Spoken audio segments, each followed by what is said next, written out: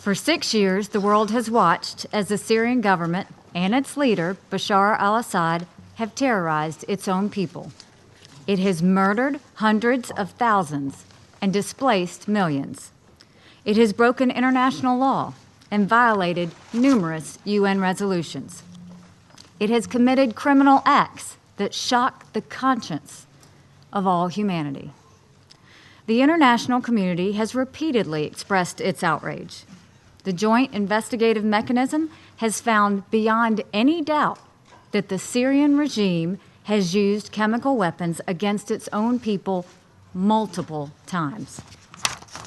On Tuesday, the Assad regime launched yet another chemical attack on civilians, murdering innocent men, women, and children in the most gruesome way. Assad did this because he thought he could get away with it. He thought he could get away with it because he knew Russia would have his back.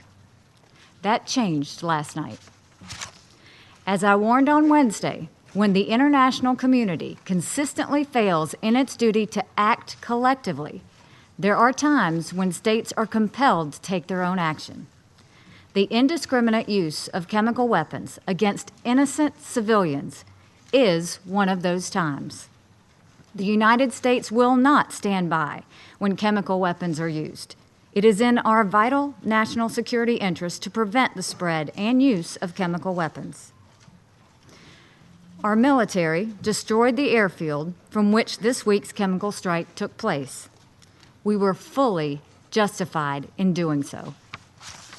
The moral stain of the Assad regime could no longer go unanswered. His crimes against humanity could no longer be met with empty words. It was time to say enough, but not only say it, it was time to act. Bashar al-Assad must never use chemical weapons again, ever. Now, while the Syrian regime is responsible for the chemical weapons attack, it is not the only guilty party. The Iranian government bears a heavy responsibility. It has propped up and shielded Syria's brutal dictator for years.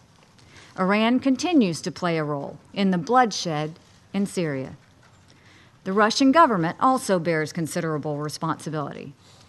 Every time Assad has crossed the line of human decency, Russia has stood beside him. We had hoped the Security Council would move forward, but Russia made it known, as it has done 7 times before, that it would use its veto once again, covering up for the Assad regime. Further delay by compromising with Russia for a watered-down resolution would have only strengthened Assad. Strengthening Assad will only lead to more murders. We were not going to allow that. But it's even more than that.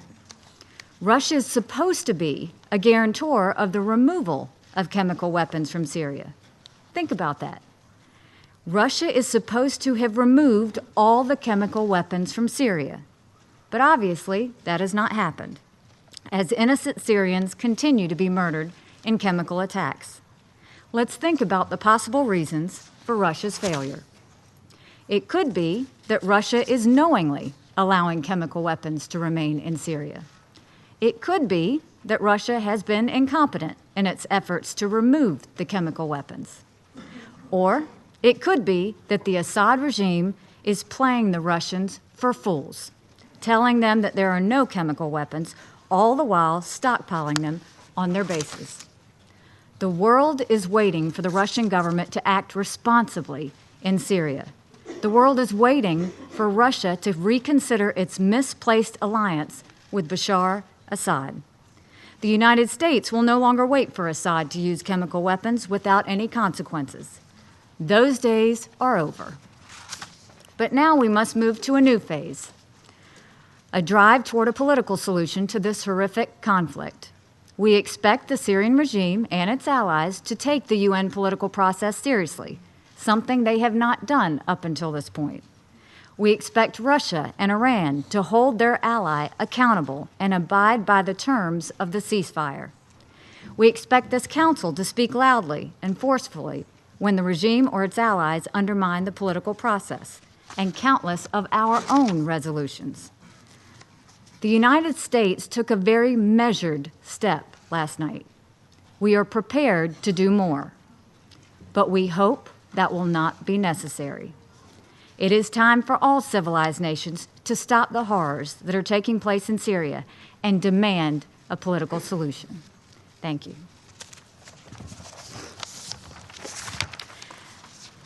I will now resume my function as the President of the Council, and I give the floor to the representative of the Syrian Arab Republic.